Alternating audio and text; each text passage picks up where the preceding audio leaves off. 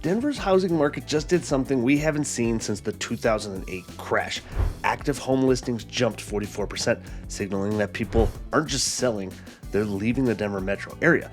And in this video, I want to show you the 7 Denver suburbs losing residents the fastest right now, exactly how many people have left, the real costs of living in these areas, and what's actually pushing people to finally say, I'm done, I'm out. Now, I'm not just reporting this. I'm a real estate agent right here in the Denver metro area and have been since 2010.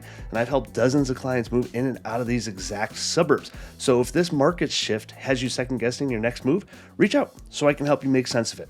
Now, starting with Louisville. And this one might surprise you because it's often thought of as one of Boulder County's most charming, family-friendly towns.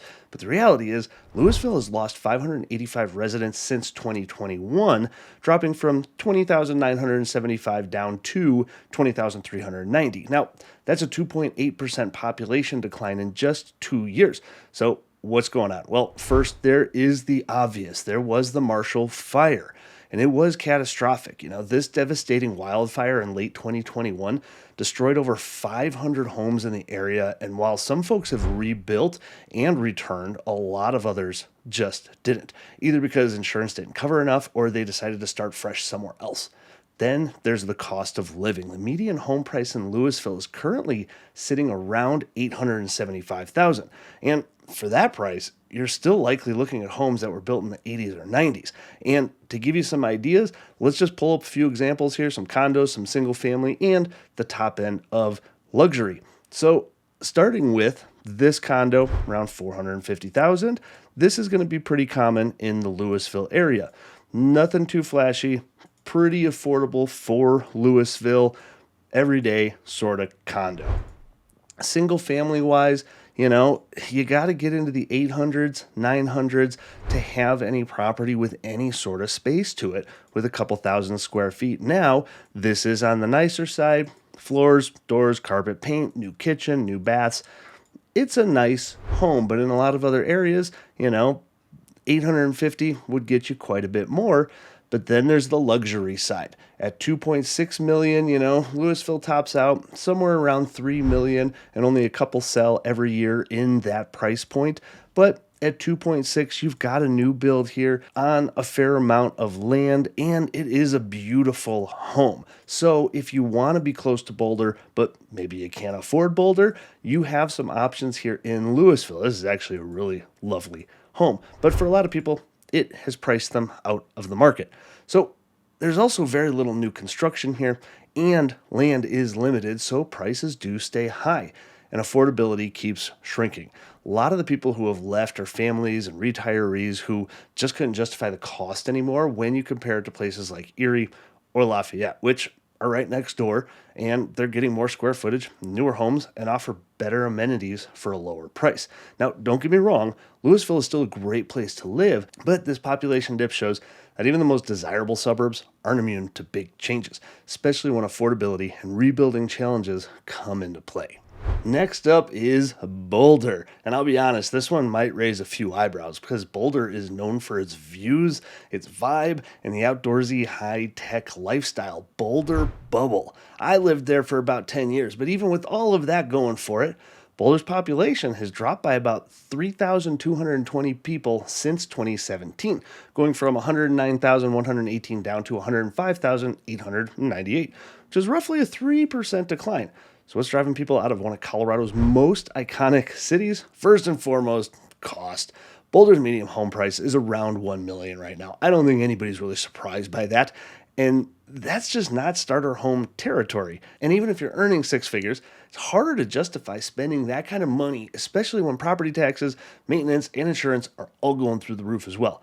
But let's take a look at what you can actually buy right now in the Boulder market. So taking a look at a cool $650,000. Now this is going to be close to downtown and Pearl Street. And so if you're looking for nightlife in Boulder, you're going to get it here. You're not going to get something that is all fixed up with high-end finishes in the 600s in Boulder. You're just not going to. You're going to get a mildly okay location, and you're going to get Boulder, right? And you're going to get a couple bedrooms. Maybe you're going to get 2 bathrooms, and that's going to be about it in the 600s. If you're on the single family side, this house was right across the street from me back when I used to live there. And this is not going to be a big home. 1,300 square feet, listed at $950,000. Okay. Now, this looks like it has been updated, but these are not high-end finishes as well. A lot of these are builder grade upgrades, and you're looking at $1 million home. So this is where you start feeling more of that California vibe, right? That's a $1,200 range in there. That's not a $8,000, $10,000, $12,000 Viking or Wolf. They're just regular properties, but it's in Boulder, so you're going to pay the premium. Now, if you are looking to spend quite a bit, you have no ceiling in Boulder. Heck, you can spend up to $30 million right now in Boulder, but this one at $10 million is nestled right in the foothills. Pool, great property. Looks like it's a new build. Looks like some of these are rendered images. For being in Boulder, right outside the foothills, this is what you're going to pay to be in one of the most desirable cities in the country.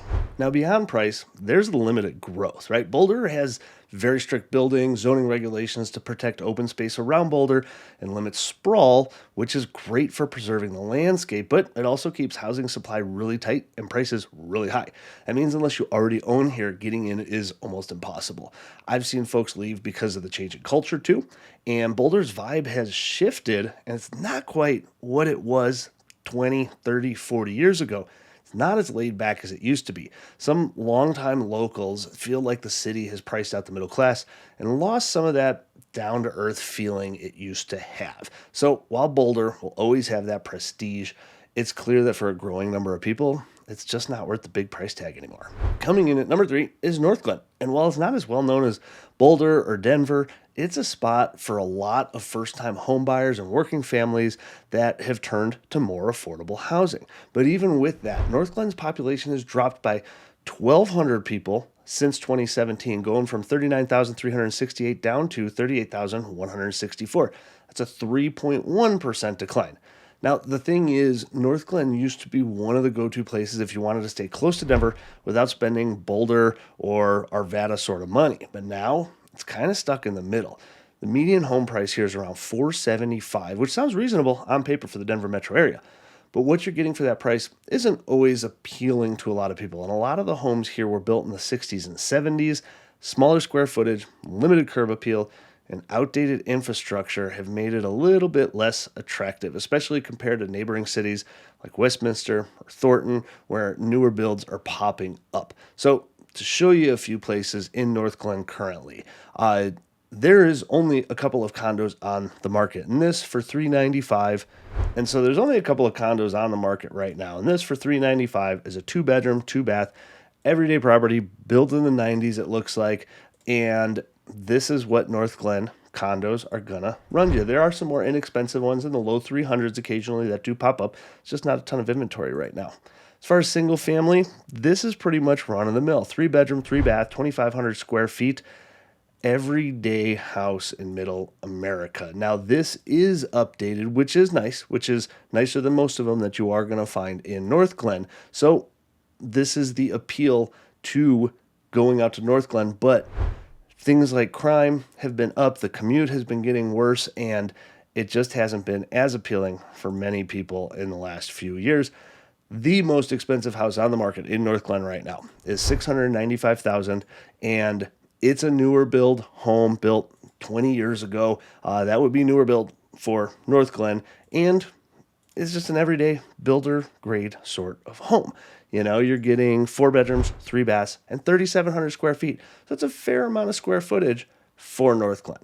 But another issue here that I alluded to a little bit, crime and then the schools. Northglenn has a mixed reputation in kind of both departments, okay? I've worked with plenty of clients who ruled it out early in their search after reading reviews or driving through certain areas, and once that perception gets out, it's really hard to shake. So while the price is lower than most Denver suburbs, a lot of folks are deciding it's worth spending a little bit more for a better long-term fit, and that's exactly why Northglenn's slowly shrinking. Now, if you want to keep as up-to-date as possible on the Denver market, just get on my weekly email below to get the best information you can. Now, on to number 4, which is my favorite suburb in the Denver metro area, Littleton. Littleton. And this one stings a little bit because people love Littleton. I do. It's charming, it's historic, has that walkable downtown. It backs right up to the foothills, but even with all that going for it, Littleton has lost about 1,549 people since 2020, dropping from 46,000 down to 44,451. That's a 3.4% population decline. So what's the deal here? Well, beyond it being a little bit higher on the price side for around the Denver metro area, we have an aging population, okay? But that aging population isn't necessarily selling their homes. They're staying in it while, unfortunately, one of them has passed on. And you have some of these properties where people are stuck that we only have one person living in the house. So over the last 5, 10, 15 years, we have just seen Littleton, kind of hover around a similar population, but in the recent years has been declining as more people just feel stuck. But most of the homes in this area aren't new builds.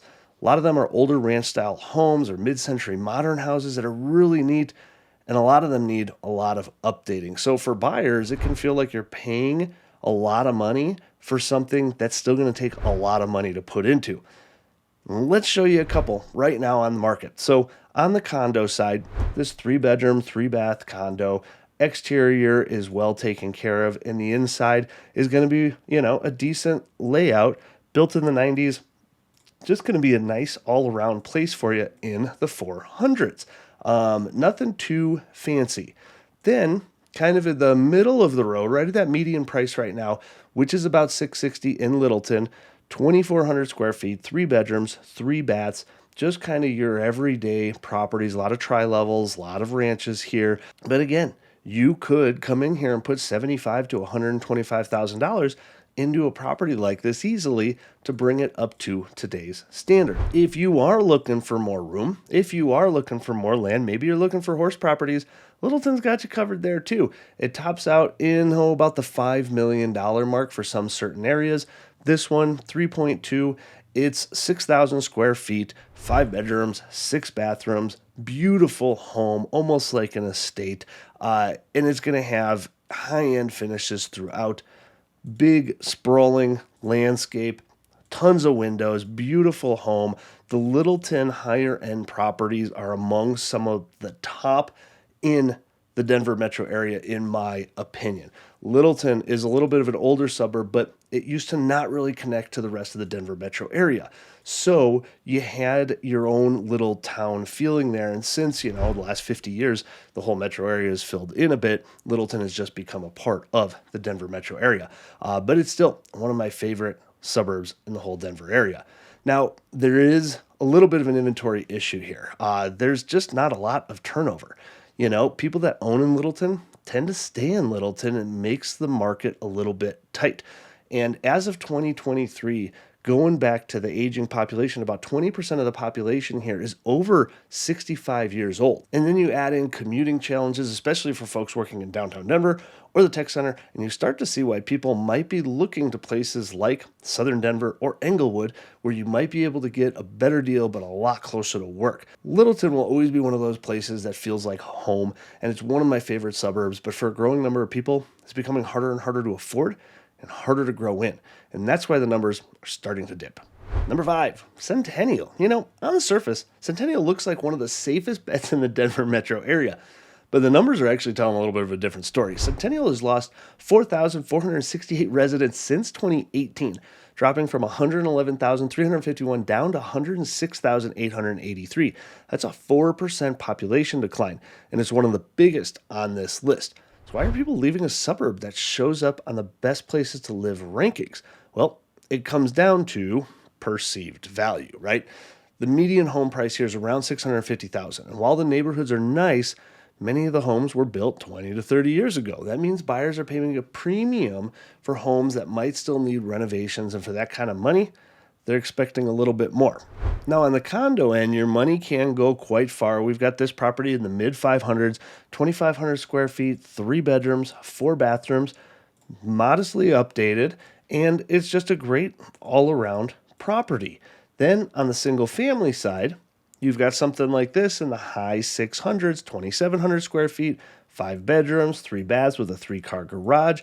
Your kind of everyday home built in the 90s, not lavishly updated. It's a large house, a lot of original features to it, but in the high 600s, that's what you're going to see in Centennial. Then if you wanted to look on the upper end, around 1.9, you have something like this, 4,300 square feet, 5 bedrooms, 4 bath, beautiful home all throughout. There are some pockets of Centennial which are really nice, which have big homes to spread out on. Not many horse properties in Centennial, not anymore at least. You got to go down to Parker for that. You know, one of the great things about Centennial is that if you work in DTC, you're gonna be always close to things. But you've also got a lot of original homeowners aging out of their properties as well, just like Littleton.